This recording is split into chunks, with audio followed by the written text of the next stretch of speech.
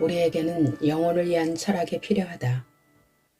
우리는 성공에 대한 집착과 욕망을 지나치게 미화하는 시대에 살고 있다. 부와 사회적 성공만을 최고의 가치인 양 여기며 더 비싼 차, 더 비싼 집, 더 높은 연봉의 직업, 더 날씬한 몸매를 욕망한다. 그렇게 우리는 지성보다는 욕망을, 영혼보다는 육체를 쫓으며 달려가고 있다. 겉으로 드러나는 삶, 남에게 보여주는 삶을 사느라 정작 자기 안의 내면한 목소리는 놓치고 있다. 그러나 대부분은 어떤 방향으로 나가야 하는지 질문을 던지지 않는다. 사람들이 지향하는 곳을 향해 사람들이 말하는 방향으로 의심 없이 따르며 흘러가곤 한다. 오로지 때때로 밀려드는 허무와 불안만이 이런 삶에 제동을 건다. 과연 나는 제대로 살고 있는 걸까? 나는 지금 무엇을 놓치고 있을까? 앞으로도 이렇게 살면 되는 걸까? 대체 어떻게 살아야 하는 걸까? 질문하지 않는 삶은 무의미하다. 플라톤은 소크라테스의 변론에서 미덕에 관해 날마다 대화하는 것이야말로 인간에게 최상의 조음이라고 말하며 캐묻지 않는 삶은 살 가치가 없다고 말한다. 우리는 어렸을 적 경이로움에 가득 찬 눈동자로 세상을 바라봤다. 그런데 자라면서 세상을 향한 호기심은 물론 자기 자신에 대한 궁금증을 서서히 잃는다. 이미 다 안다고 착각하기 때문이다. 이 세상은 무엇으로 이루어져 있는지, 왜 그런 일이 일어나는지, 나는 어떻게 해야 하는지 집요하게 캐묻지 않는다. 그렇게 서서히 고정관념에 갇힌다. 세상 일에 대해 그리고 더 나은 삶에 대해 캐묻지 않고 검토하지 않고 음미하지 않는 삶은 무미건조하고 무기력하다. 더 좋은 삶을 상상하지 않으니 변화 역시 생기지 않는다. 뭘 해도 시큰둥하고 재미없는 일상에서 삶의 의욕을 얻기란 불가능할 것이다. 그렇다면 어떻게 해야 할까? 지혜는 저절로 생기지 않는다. 플라톤의 스승 소크라테스의 문답법에서 우리는 그 힌트를 얻을 수 있다. 소크라테스는 아고라에서 청년들과 토론하면서 그들이 진리와 지혜에 대해 많은 생각을 하도록 도왔다. 자기가 아는 것을 가르치기보다 그들 스스로 진리를 깨닫게 한 것이다. 그저 정의란 무엇인가, 덕이란 무엇인가, 경건이란 무엇인가 와 같은 질문을 던지고 대화를 나누며 진리를 탐구했다. 이것이 그 유명한 소크라테스의 문답법이다.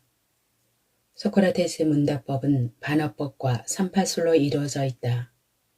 우선 반어법은 어떤 문제에 대한 답을 알면서도 무지를 가장한 채 질문을 던지며 상대방과 함께 해답을 찾아가는 과정이다. 상대방이 정확한 정의를 내리지 못하는 난문 상태에 빠질 때까지 집요하게 논박한 것이다. 이를 통해 상대방은 결국 자신이 아무것도 알지 못한다는 사실, 즉 무지의 질을 깨달았다.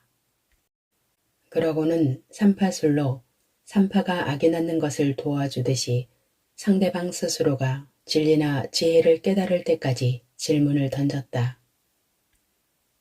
소크라테스는 자신과 대화한 사람들이 큰 깨달음을 얻은 것은 자신에게 뭔가를 배웠기 때문이 아니라 훌륭한 진리를 자기 안에서 발견했기 때문이라고 말한다. 질문을 통해 지혜를 스스로 깨우친 것이다. 누구도 대신 답할 수 없는 질문에 질문을 던지고 자기만의 답을 찾아가는 것이야말로 세상에 대한 경이로움을 회복하는 방법이자 지혜를 얻는 태도다. 인간만이 본 것을 자세히 관찰한다. 플라톤은 크라텔로스에서 인간이라는 이 이름은 다른 동물들은 자세히 본 것에 대해 살펴보거나 헤아리거나 관찰하지 않지만 인간은 보는 것과 동시에 그것을 자세히 관찰하고 헤아린다는 뜻을 가지네. 그러므로 동물들 중에서 인간만이 인간이라고 불리는 건 옳은 일이네. 인간만이 본 것을 자세히 관찰하니까. 풀리지 않는 문제들에 대해 질문하고 그 해답을 찾고자 고뇌할 때 우리가 할 수 있는 가장 쉬운 시작은 관찰하는 것이다. 어떤 일이 벌어지고 있는지 성급하게 결론을 내리기 전에 현상을 있는 그대로 바라보는 것이다. 그리스 신화에는 아테네 최고의 영웅 테세우스가 등장한다.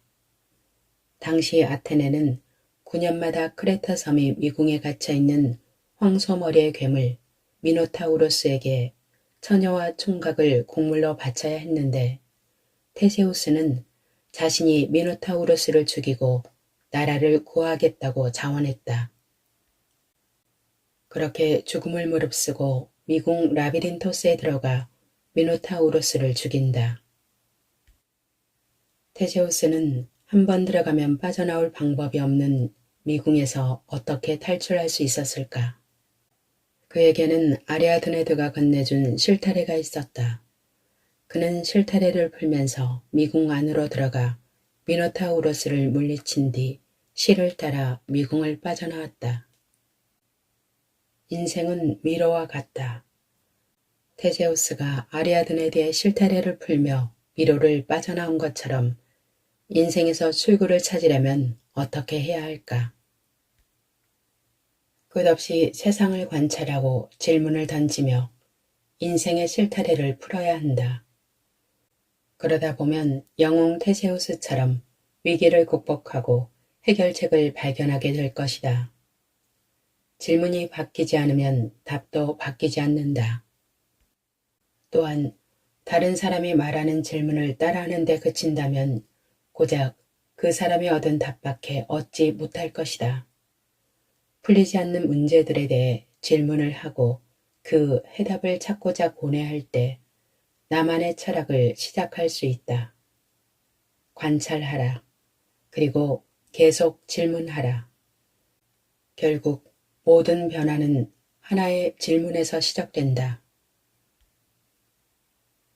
무지를 깨닫는 자만이 스스로를 돌본다. 아무것도 모르는 무지한 사람이 되어라. 자기 자신이 아무것도 모른다는 사실을 아는 것, 바로 무지의 지위이다. 소크라테스가 타락시킨 젊은이로 지목된 사람 중 대표적인 청년이 알키비아데스다. 귀족 출신의 알키비아데스는 잘생긴 외모와 훌륭한 재능을 겸비한 인물로 정치적 야망과 포부가 지나치게 컸는데 플라톤의 알키비아데스 1권에서 소크라테스는 이제 막 정치에 입문하려는 알키비아데스에게 너 자신을 알라고 말한다. 소크라테스 철학의 가장 핵심적인 명제로 알려져 있는 이 문장은 사실 델보이 신전에 새겨진 글귀였는데 소크라테스가 델보이 신전을 방문했을 때 보고 감명받아 사람들에게 자주 말하면서 유명해졌다고 한다. 나 자신을 안다는 건 내가 나를 잘 알지 못한다는 사실을 전제로 한다. 그래서 플라톤의 필레보스에서 소크라테스는 너 자신을 알라는 우리는 자신을 전혀 알지 못한다 라는 취지로 해석해야 한다고 설명한다. 결국 나 자신을 알아야 한다는 것은 자신의 무지를 스스로 깨달아가는 과정인 것이다. 내가 모른다는 사실을 알 때 진정으로 알고자 하는 마음이 생긴다. 이미 잘 안다고 믿으면 새로운 것을 알려는 호기심이 생기지 않는다. 깊은 통찰을 얻을 기회를 날리는 셈이다. 더구나 자기가 알지 못한다는 사실 그 자체를 인식하지 못한 사람들도 많다. 이들은 무지의 무지 상태에 빠져 있다. 무지의 무지 상태가 오랫동안 지속되면 고정관념이나 편견으로 발전한다. 그래서 앞에서 살펴본 것처럼 소크라테스는 수많은 질문을 해서 상대방이 스스로 무지의 질을 깨달아 참된 진리에 도달하기를 바랐다. 내가 모른다는 사실을 안다는 건 알지 못하는 것을 적극적으로 배우려는 자세다. 우리 안에 혼보다 더 강력한 것은 없다. 플라톤은 소크라테스가 자신을 아는 것에 그쳐서는 안 되고 자신을 제대로 돌볼 기술을 배우라고 강조했음을 보여준다. 나 자신을 아는 자기 인식이 자기 돌봄으로 이어지는 것이다. 자신을 돌본다는 것은 무엇을 의미할까? 우리는 어떤 기술로 자신을 돌볼 수 있을까? 첫째, 자기 돌봄이란 자신의 영혼을 돌보는 것이다. 플라톤은 인간을 영혼과 육체로 나누고 영혼을 육체보다 우위에 둔 이원론을 주장했다. 알키비아데스 일권에서 그는 소크라테스의 입을 빌려 몸과 재물을 돌보기보다 혼을 돌보고 그쪽으로 시선을 향하라고 조언한다. 소크라테스는 청년들을 타락시키고 국가의 신을 섬기지 않았다는 죄목으로 고소당했을 때 재판장에게 아테네인들에게 이렇게 말한다. 이보시오. 당신은 가장 위대하고 이름난 나라인 아테네의 시민이면서 재물은 최대한 많아지도록 마음쓰고 명성과 명예에도 그러면서 현명함과 진리에 대해서는 그리고 자신의 영혼을 훌륭해지게 만드는 것에 대해서는 마음 쓰지도 않고 생각하지도 않는다는 게 수치스럽지도 않소. 소크라테스에게 무엇이 가치 있는 삶인가? 라고 묻는다면 그는 영혼을 돌보는 삶, 영혼이 가장 훌륭한 상태에 있도록 돌보는 삶이라고 답할 것이다. 둘째, 자기 돌봄은 자기를 배려하는 행위다. 프랑스 현대 철학자 미셸 푸코는 주체의 해석학에서 소크라테스가 말한 자기 돌봄은 자기 배려라고 말하며 자기 배려를 세 가지로 정의했다. 첫째, 자기 자신에 대한 배려. 둘째, 자기 자신을 돌아보는 행위. 셋째, 자기 자신에 몰두하는 행위다. 그리고 푸코는 고대 그리스 로마 철학에서 자기 자신을 배려하는 여러 가지 방법을 찾아냈다. 자기 자신 속으로 응가하기, 자신으로 되돌아가기, 자신에게서 즐거움을 발견하기, 오직 자신 안에서만 쾌락을 추구하기, 자기 자신과 더불어 지내기, 자신과 친구되기, 자신을 치유하기, 자신을 존중하기 등이다. 이 모든 자기 배려는 반드시 자기 인식이 뒷받침되어야 한다. 삶이 괴로울 때 가장 깊은 곳으로 내려가라. 세상은 두렵고 괴로운 일로 가득 차 있다. 잔잔한 마음의 호수에 끊임없이 돌을 던지며 평정을 깬다. 세상이 파도에 휩쓸릴 때 자기 자신에게 질문을 던지자. 어떻게 험난한 삶을 살아갈 것인가? 해결될 기미가 보이지 않는 이 일을 어떻게 처리할 것인가? 예측하지 못한 이 일에서 어떻게 처신할 것인가? 어떻게 슬픔에서 벗어날 것인가? 지나치게 화를 내지 않기 위해서 어떻게 할 것인가? 갑작스러운 위기 상황을 어떻게 대비할 것인가? 나와 타인의 관계, 나와 세상의 관계는 모두 나와 나 자신의 관계가 어떤가에 달려있다. 누구도 나를 대신해서 위로해 줄 수 없다.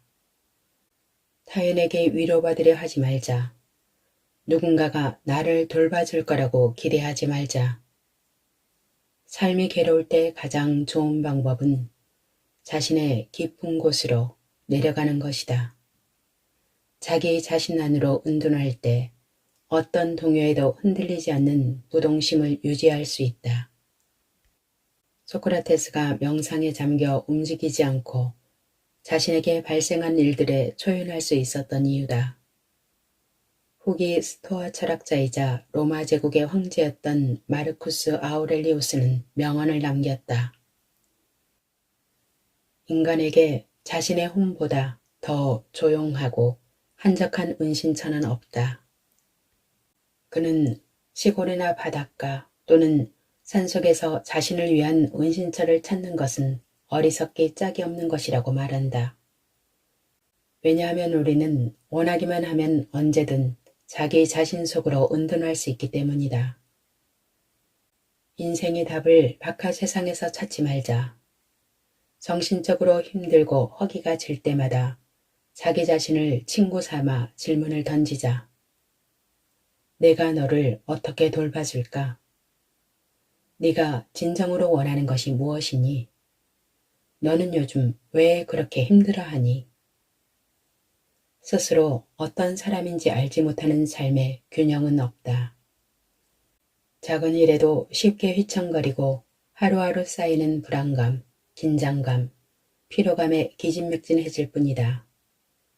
무엇보다 자기 자신을 망각하지 말고 돌보고 배려하고 집중하는 행위가 필요하다. 자기 돌봄이란 자기와의 관계를 주체적으로 구축하는 행위다. 진짜 내 모습을 알아가는 것이야말로 지친 삶을 치유하는 경이로운 자기 돌봄의 시작이다.